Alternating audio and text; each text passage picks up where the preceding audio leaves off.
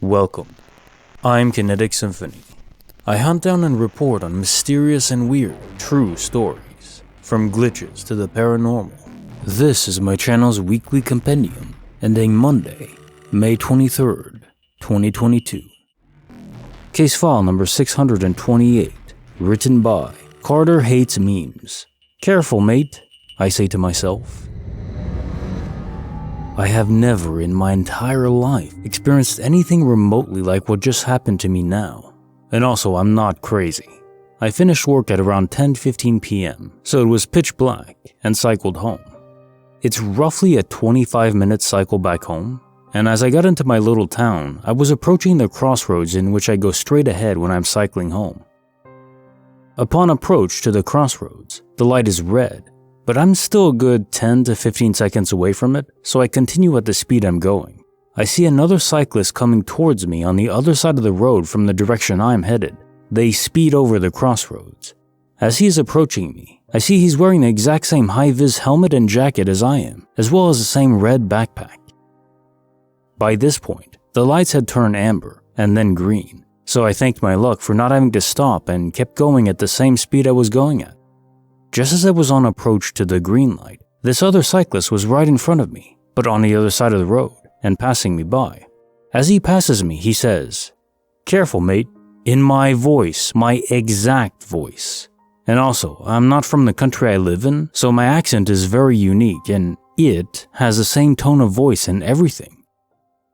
I stopped my bike and turned around. No traffic behind me as the roads are dead this time of night, and he had vanished. Point blank. There was no way he could have turned down a side road or made it so far he was out of sight. He mysteriously vanished. I turned back around to begin cycling again, and all of a sudden, a car sped across the road at double the speed limit, running a red light. If I hadn't have stopped to look at this mysterious person who looked and sounded exactly like me, I'd have been hit side on and likely died. I don't believe in anything supernatural, and I'm not religious, but this is making me question some things. I think if this person hadn't just vanished after the warning, then I could answer it as a very unlikely event that someone who looks and sounds just like me had maybe seen the car approaching. But he vanished. How is that possible? Case notes, file number 628. So I'd scratch out doppelganger here, given the vanishing act he pulled? Or you pulled right after the fact. No, I'd guess this is your own spirit protecting you. As you said, had you not slowed down and stopped, you'd have been hit by a reckless driver running that red light, certainly so. This may be even related to multiverse theory. It's conceivable that in one of those universes, everything had led up to where you were, but 5 to 10 seconds ahead. So in that universe, you died, that universe's used sentience was transposed and then mixed with your own in this universe, your universe. And you see this as yourself cycling by and then mysteriously disappearing. Maybe this is how we consciously process the process of mixing consciousnesses. So when someone else dies in another universe, another you, and they come to this universe, they mix together. I don't think one consciousness supplants the other. I think they combine and merge, like a careful fusion of beautiful ingredients. But of course, from the different memories between yous, there would be some processing required consciously. So yeah, you might visually see this as a glitch, like you yourself cycling against the road and then just vanishing after giving you a warning. This could even explain guardian angels. Protective forces that are in fact just us from other universes that are acting after having died there to protect us in this universe where they came to. So if that is true, we are our own guardian angels. That is so cool. Just a theory, but I think it fits pretty well. Bonus file, written by Yozarina, when even the fridge is scared. We sold our house because I think it's haunted. After a few months of us living in this home, which we had planned to use as our second home, we have decided to sell it after some unusual experiences. Our real estate salesperson and the person who bought our home are aware of my claims and have made an informed decision to purchase this home despite my warning. They probably think I'm a nut. The home is not an old one. It was built in 2019, and we are the third owners. We have gotten an air quality test done in the home. Both my husband and I have gotten physical examinations, and nothing out of the ordinary has come out of these tests. Now I will get to my experience. We bought our winter home last year in June of 2021. Originally, we are from Canada, but we have spent the majority of the pandemic between the US and recently Costa Rica. My first experience was while I was taking a shower. The house has an ensuite washroom. When you enter the room, if you go to the left, you will go towards the bathroom. If you go to the right, you will end up in the bedroom. From the shower, you can see the entrance to the bedroom. One afternoon while I was showering, I watched my half-naked husband walk into the bedroom with a glass of lemonade. I then turned around to wash the soap off my face, and then turned back towards the door to rinse the shampoo out of my hair.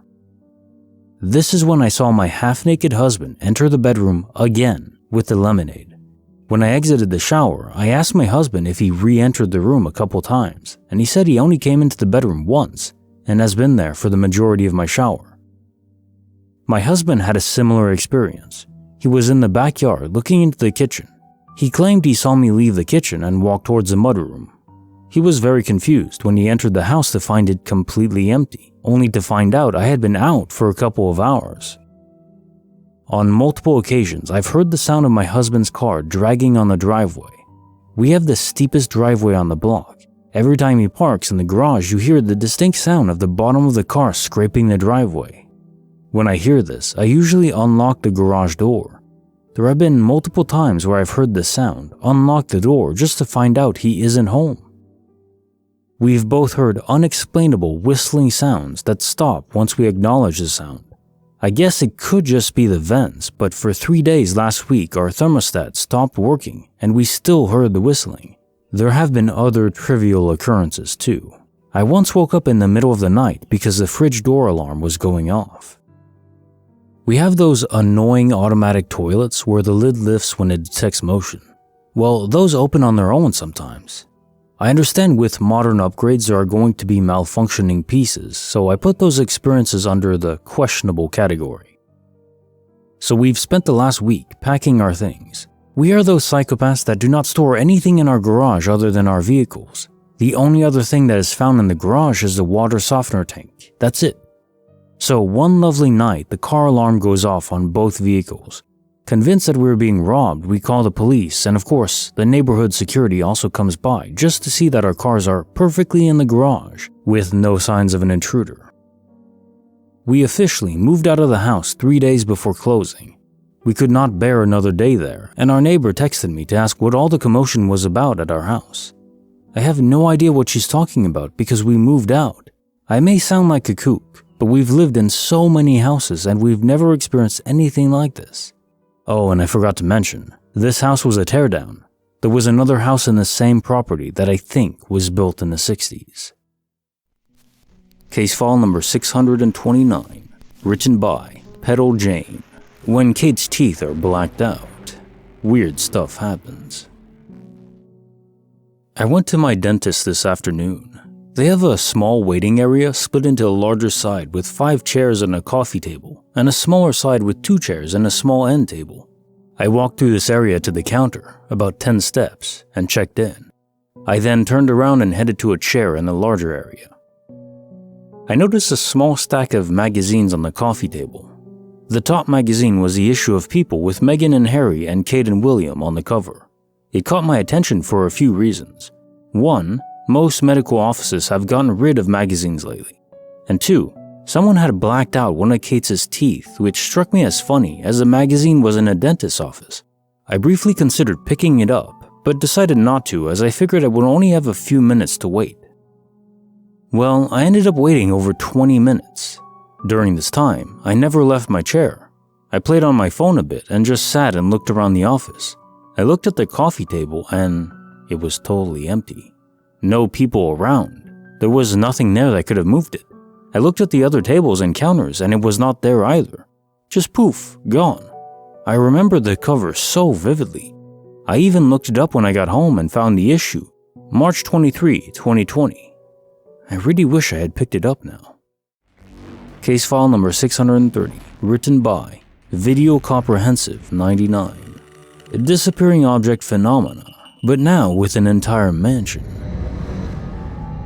This is my mom's story. We live in a very small town and starting to develop a little bit. We live along one of the main roads in town. The other main road crosses it, and everything is scattered around the different quadrants, like a graph if you will.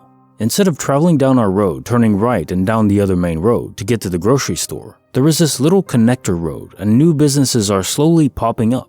A few banks have been built, a feeder supply store, and some type of restaurant looks like it's being built. Street lamps have not been installed yet because of the low traffic, and there's probably 2 stop signs along this approximately 1.5 to 2 mile stretch of road. One night, my mom was going to the grocery store and stopped at the stop sign to turn towards the existing shopping center.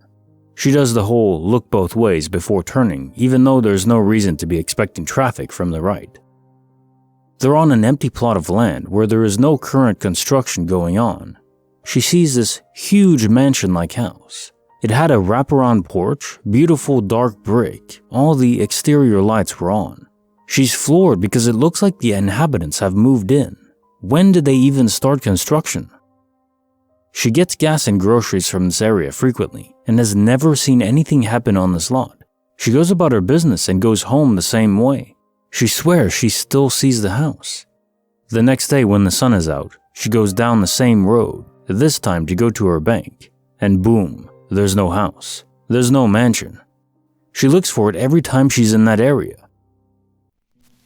Case file number 631, written by Intuitive Authority, The Lost Key. A couple weeks ago, I had gotten the energy to clean up a pile of recyclables in my living room. The space by my front door was open and clear after doing that, nothing on the floor. I finished working and then went to pick up my kids and pick up dinner. We got back home and I sat on the floor by the front door, and my oldest daughter was standing less than a foot from me while my youngest daughter was about 3 feet from me on the opposite side. I made some comments, and then suddenly, my oldest daughter just fell over out of nowhere. There had been a loud metallic sound when she hit the carpet. She's clumsy and trips over nothing all the time, but this time she hadn't even been moving at all and fell over like she'd been pushed. We had all been laughing because we know her to be extremely clumsy. I asked if she was alright and she was laughing, but shaking her head no and pointing to her knee. I reached over to rub her knee and saw the previously lost bedroom key I had been thinking about earlier in the week right below it. I instantly realized the metallic noise when she fell had been the key. We had only been in the house about 3 minutes before this happened, and she hadn't seen the key before. She didn't know what it was when I showed her. It doesn't look like a regular key. I found the whole thing strange. I went to make sure it wasn't the key I already had. It wasn't. And I put it back where I usually keep it, way down the hallway. I had lost it weeks ago when I dropped it, but it wasn't on the floor. Has this happened to anyone else? Is this key symbolic?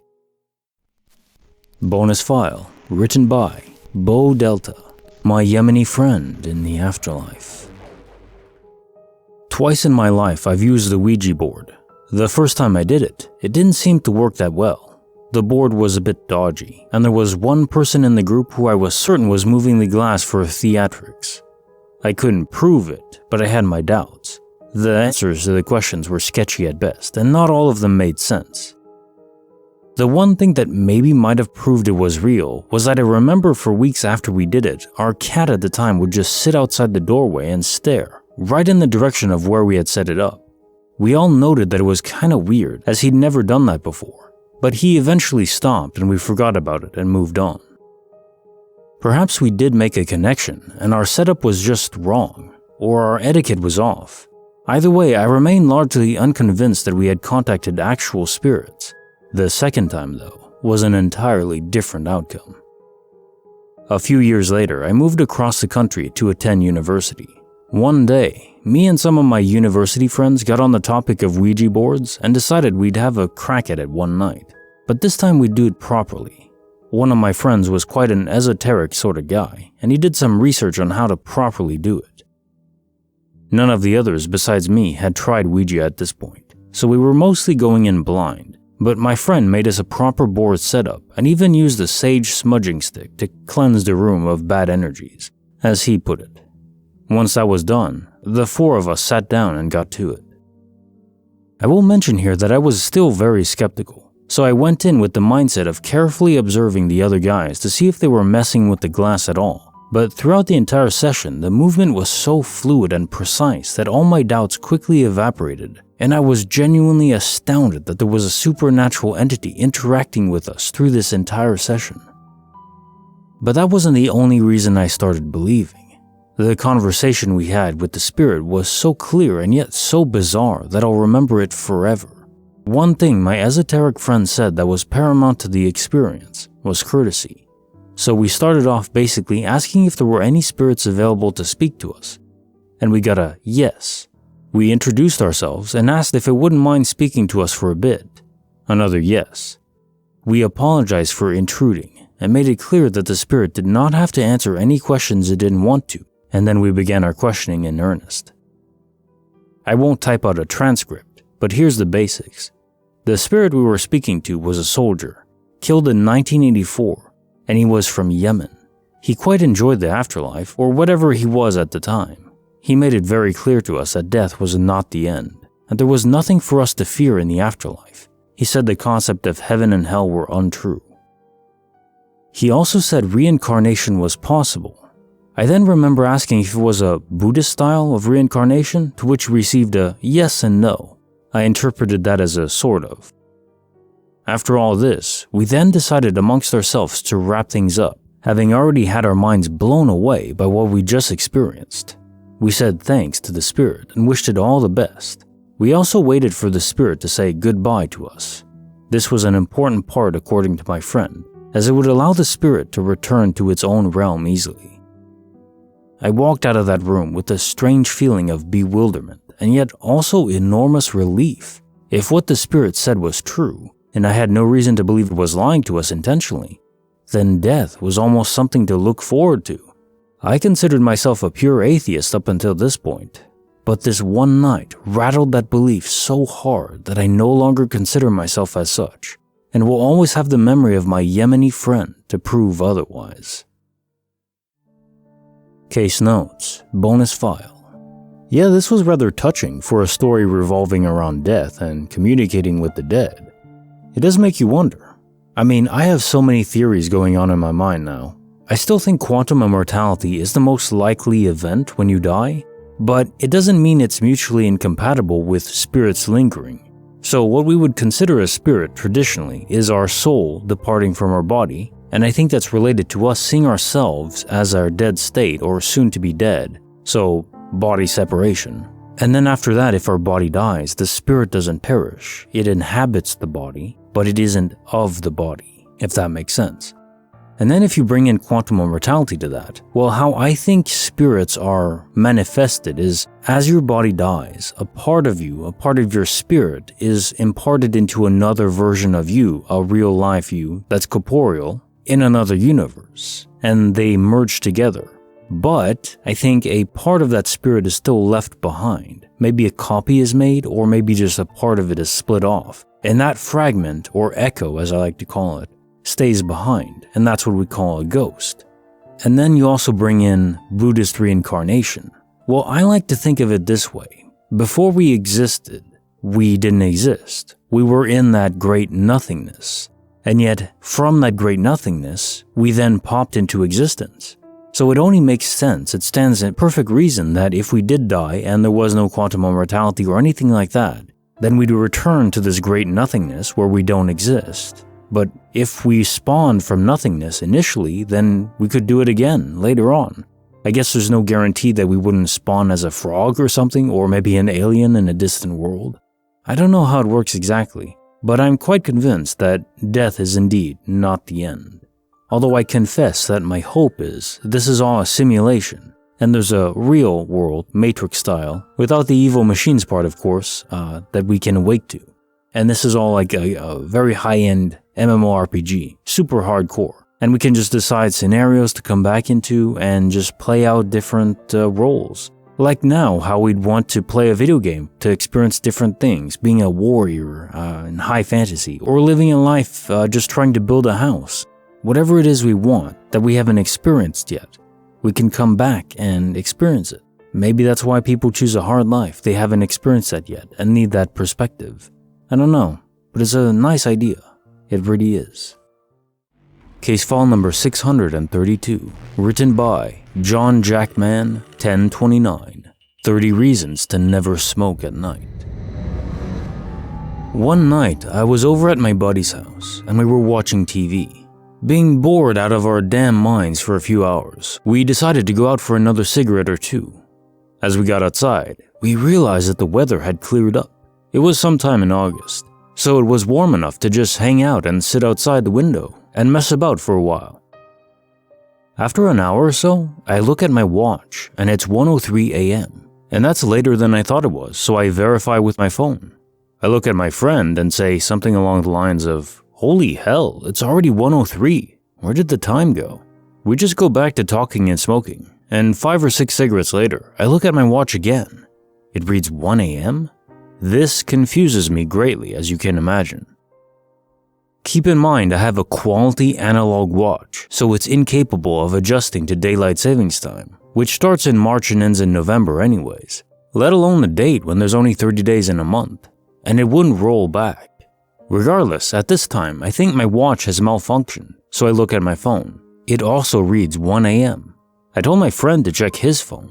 He pulled it out and the look on his face was very concerning. We just sat there and looked at each other in utter confusion, and we were kind of freaked out, especially because we confirmed with each other that it was definitely 1:03 a.m. earlier, and that we'd been chain smoking for at least another half hour. We pondered it for a while, and eventually wrote it off as one of the universe's many mysteries. To this day, I cannot even begin to explain it. Case notes, file number 632. Time resets are probably not related to aliens when you're moving back in time. You'd have lost time forward if it was an abduction, lack of memories of what transpired. By your description, there was nothing in the air, no charge or anything. I recall a case from about a month back where 2 people were in their living room, and then a charge in the air crackled. Something they felt so spectacularly strongly just suddenly appeared. Then time was reset for them a few hours back.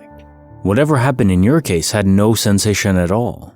Does this mean there are multiple methods to travel back in time? Or was it instead a perception glitch? Strikes me more as a latter, to be honest. Messing with time backwards, if truly possible, strikes me as something that would require immense energy. You couldn't do it to someone else without them realizing beforehand that something extreme is happening. Although you did go back in time much less than the other group. Only 30 minutes, not multiple hours. Maybe that does mean there's less energy required. Still, I'm sure you would have felt something beforehand. As far as what could cause perception loss like this, you are only smoking cigarettes, which aren't supposed to induce hallucinations. It can't be a mechanical and electronic glitch at the same time, with your watch and your phone reading the wrong time. Besides, you'd have realized afterwards that it was a tech glitch. So the odds of that are astronomical, that it somehow glitched out and then fixed itself on both your watch and your phone, and your friend's phone too. Case file number 633, written by Angel, the Man from the Void. I was on probation and not supposed to be smoking, but one day I caved in. I was home alone around lunchtime. I got high and it felt amazing after such a long break. I was listening to the Brockhampton Gold music video on MTV. It felt so surreal. I would get somewhat paranoid around this time, going beyond just probation. I would check the windows and garage sometimes to make sure no one had come home so that I could be assured of my privacy. I went to the living room to peek out the curtains and saw a man standing in the middle of the road. Where my house was is a dead end, so not a very busy area. Only someone lost or looking to make a U-turn or someone living around there should ever be passing by the house. He was just standing there in the middle of the street, in the middle of the giant living room window. He was facing towards the window. He wore a bright orange vest. I was a little spooked out, but figured he was a PG&E worker or something. I didn't see a car around though. I quietly walked back to my room. I crept back to the kitchen, which also had a window facing out towards the same street, and peeked out of the blinds. The man was still there, just standing. Yet this time, he had moved over to his left, now directly in front of the kitchen window. I instantly and quickly went back to my room. I thought and thought about it, without any answers or conclusions or peace of mind. The second I began to forget about it and truly relax, I heard the doorbell. You cannot mistake this doorbell. I believe I also heard the dogs we had barking. I hesitated for the slightest of moments as I put on some pants. I went to the living room to open the door, and as I opened the wooden door and looked through the metal screen gate, I saw the soles of 2 shoes walking away down the driveway.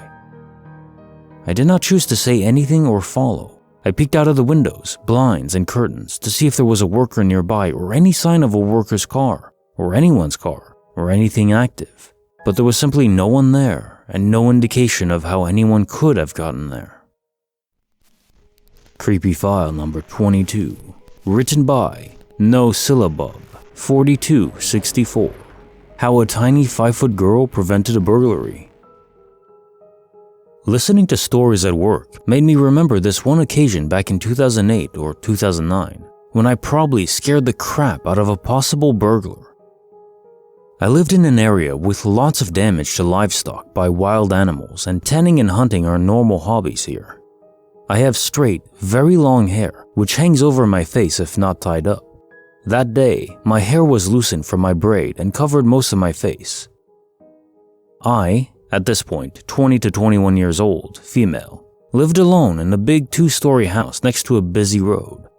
There was a farm hall next door that had lots of large equipment and machinery standing outside. I often had strange people walking around thinking I owned them, which I didn't. I was a poor student renting a cheap farmhouse. I had just started learning to tan leather and fur and got a raccoon dog under work. It had been shot after killing farm animals, not for the fur. I got it to practice. It was too warm summer for this, and the skin had started to smell bad very quickly, so my sense of humor was kind of on its last brink. I had several knives to try, starting from the biggest possible, of course. I was tiny, 5 foot tall and skinny. Working with carcasses took a lot of strength. While trying to hurry, I saw a white van stop on a bus stop along the road. A lone man came out and walked right through my shrubs towards me, and tried with broken English to tell me he had to get inside. I'm not in an English-speaking country, and this is quite a known trick scammers use to find valuables to steal later, so I got scared. My door was unlocked and I didn't want him to go inside, but had no way of stopping him if he tried. In my panicking mode, I just stared at him from under my long, greasy and sweaty hair and kept skinning the smelly carcass while keeping eye contact as well as I could. He stuttered that his phone died and he needed to charge it. I took my oversized knife and with it I pointed at an outlet right behind him on the outer wall, never said a word, and kept cleaning off the skin.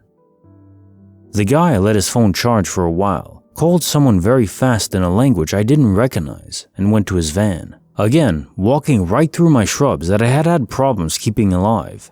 In a short moment, he came back with an empty bottle, saying he needed water for the broken car. Again, without speaking, I pointed at a tap on the outer wall, using the knife like a finger, staring all the time and kept skinning. He took some water and went to his car again. Third time he came back, just to ask if he could wait inside for a friend to pick him up, as his car was done for. I didn't say a word, just shook my head while cleaning and now finally loosening the skin. He stood there for a moment, then said he'll just wait in the car. I nodded for a goodbye and kept working, noticing his stare on my knife before he walked away. After 10 or so minutes, the van sped away. I finally took a long breath and hoped that the guy was too focused on my knife to understand I was terrified, having heard in the news of a foreign burglar trying to get to people's houses and driving a white van. Now thinking it from his point of view, driving around in a foreign country, stopping to do some work, and meeting this tiny woman in dirty clothes and long hanging dirty hair, skinning a smelly raccoon dog with an oversized knife, probably looking like the girl in The Grudge. In his shoes, I wouldn't have come back either after the first attempt. Case file number 634, written by XXXXXX. Top 10 Shadows. I was very spiritual at this time. I lived on a street that had a house numbered 1666. It was creepy as you would imagine. A lonely rusted swing set outside, faded pink paint, and a parched lawn. I never saw any activity at this house. Further up the street was an address which also coincidentally had all the numbers completely gone off the mailbox, except for the number 6. The landlord I rented with at this place was also very creepy, as was the roommate he later rented out to, but that's its own story. A few incidents happened while living in this area. Firstly, the lights on the property were automatic but would turn on for seemingly no reason, with perfect timing. For example, going to the bathroom at 3 a.m. and having it lit perfectly, or coming home late at night and having the gate light turn on for me before I even drew near it. Okay, to be fair, these are small incidents. As I mentioned, I was very spiritual and interested in the paranormal at this time. I went out one night intending to meet someone, this intention being purely in my head and mind, never having made plans physically with any person. I went out late at night and walked down the street. It was quiet and empty. As I turned right, and just off the street I lived on, I saw a shadow in the middle of the street. It was someone quietly coasting and making their way down the street. I kept walking as they passed me. I continued walking up for a while and turned around. I hadn't seen anyone else. I walked home, and just as I was turning left to go back onto my street, I looked behind me and saw a shadow on a bicycle making its way down the street again. I looked back and stared at it. I kept walking onto my street. I heard the bicycle approaching behind me. I did meet someone that night. On various other occasions did I also go out, times without intending to meet anyone, and come across this same person in the same manner, just meeting up out of the blue, or coincidentally, he was an Aries sun and I'm an Aries moon. On another occasion did I put the intention in my mind to meet someone. I went out at night again and met someone sitting alone in the park. He was also an Aries sun. We did not remain in contact. After this, I would see him when I went out in the daytime. It was like we were bumping into each other out of the blue or coincidentally. There were never any plans. I would see him in the distance crossing the street, different times of the same day and different days. Once I was with him with 2 other people as we walked down the street. I saw him approaching in a hoodie with his head down. As we passed, he seemed mad. He said nothing to me. On another occasion, I walked out and turned off my street. This time, as I was walking uphill, I could hear footsteps behind me. I was not scared even though I heard them approaching me, even as they began running right up to my back, late at night and all alone. I continued walking calmly. I never did turn around, and nothing happened to me. I don't even remember hearing those footsteps running away. I continued towards the park and there ran into a group of strangers who I mentioned to I was afraid to go back home alone. I told them what happened and just stayed chatting there for a while. They said it's not safe to go home. I did and saw a shadow standing there motionless, and so decided to walk a different way home. I don't know what would have happened if I had continued my normal way. Case file number 635, written by Juicy Vaz. They don't make IDs like they used to. Magical. So I'm the manager of a bar in the southeast USA, and we just recently shut down to remodel. My coworkers and I had our hammers out and we were tearing down old fixtures and hauling away rubble. My other few coworkers left me alone inside so they could take items to our storage unit. While they were gone, I found 2 lost forms of ID of the same man under the mess. One was a regular driver's license and the other was a fire department indication card of some sort. I then went to find the man on Facebook and shot him a message about both cards being found. We even had mutual friends. Then I took my phone away and get back to work. I made a point to place both IDs on a table.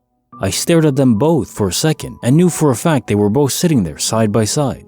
I was completely alone in the building as I continued working and bagging up the scraps, and maybe 5 minutes later, I found the fire department ID again. I stare at it, absolutely bewildered, and look back at the table, and only one ID, the driver's license, was sitting there. The fire ID was buried deep under wood and trash and nails, like all the way at the bottom. There's no way it could have caught on my clothing accidentally, because I had to pick up boards to get to it. And I had looked back at the table for a good few seconds to make sure both IDs were next to each other, and they were both on that table. I looked around and was in shock. My coworkers came back moments later and I was just staring with a dropped jaw. Welcome to the Matrix, I guess. Creepy file number 23, written by Aura Visha, the song that traumatized me. It was the early 2000s. I was about 5 to 6 years old and lived with my grandparents. My grandparents are very social people, and they mostly had a lot of people at home. They had so many plans and were always out for some meetings or inaugurations, clubs, etc. I was mostly cared for by my caretakers. For example, a cook, female, a nanny, a cleaning person, also female. These two ladies were true chatterboxes, and when they met, they just talked and forgot that they had to worry about feeding and caring for a child. There was a person who was secretary to my grandfather while he was young, but then retired and took on the role of gardener at our home because he had no family and he was from the same village as my grandparents. So I basically was in unofficial care of him. He taught me rhymes, counting, and so on, and I was so attached to him. He was sick, and in his last days, he started taking me out to a home which had this old lady. I don't remember much, but I clearly remember that he used to drop me off at the doorstep of this house and went back. I don't have many memories, but just that she made me sit near the window and gave me meals. She sang a lot, like literally staying there in front of me and just sang some folk tales. I enjoyed this at the time, but now I get scared when I think about it. She asked me a lot of questions about my parents and grandparents. One day, she just started crying loudly and started feeding me forcefully. I don't remember after that, but I just remember that I was running in front of my yard and our driver picked me up and took me to my grandfather. I told him everything, and I didn't see the gardener and that lady after that. I asked my grandparents about this, but they say they don't remember any of this. Just that the gardener guy was a secretary and died of cancer. My grandmother told me that maybe the old lady and gardener were planning a theft because none of the feeding and singing made sense. It was weird. I don't know, I just recall it sometimes and it's just, I don't remember much. I remember feeling fed and sukoon, at peace, whenever I think of that home. But I don't remember much. As an adult and after having my share of bitterness in the world, I have concluded that it wasn't something innocent. It felt like it was once, but it feels creepy now. Creepy file number 23. If I were in your shoes with the same memories, looking back, I'd feel unnerved that there's a high chance people professing to take care of me and the land around my home were nothing more than opportunistic thieves biding their time. It's something that's always bothered me greatly, deep down. When people aren't genuine or are deceptive, I go through my own life trying to be as honest as possible. It doesn't always make life easy, but it's how I want to be treated myself. I do understand desperation. But from the sounds of it, this was their plan for an extended period of time. Thankfully, no one got hurt. The whole song thing sounds odd, as well as the fact that she fed you forcefully while crying. Perhaps she had grown to adore you and was upset at the true purpose for her being there. Maybe she was feeling guilty. I could see that. Case file number 636. Written by D615. The Undeniable Aroma of Love. I've been hesitant at putting this out after my sister's story, but I too had a strange experience at the time of my mom's death. Now I'm in the USA, on the other side of the globe from my country of birth. It just so happened that I was visiting the next state over and staying the night in a hotel. So here I am in a nice clean hotel with fresh bedding. As I lay down in bed, I felt a sudden warm sensation on the top of my head. I was puzzled, so I ran my fingers through my hair. Then I had the distinct smell of the herbal oil my mom used as a cure-all. It's a family recipe and very difficult to find even in my home country. By this time, I knew my mom's health was declining, but hadn't yet been informed of her passing. So here I was in a very cowboy western part of the USA, getting a distinct aroma of a very particular home remedy from my mom's side of the family. I soon got a phone call informing me of my mom's passing. Now, in my culture, being anointed with medical oil by an older person is a sign that they are blessing you. This is done on rare occasions. The smell cannot be traced to any form of personal products or hotel room products. and it quickly vanished.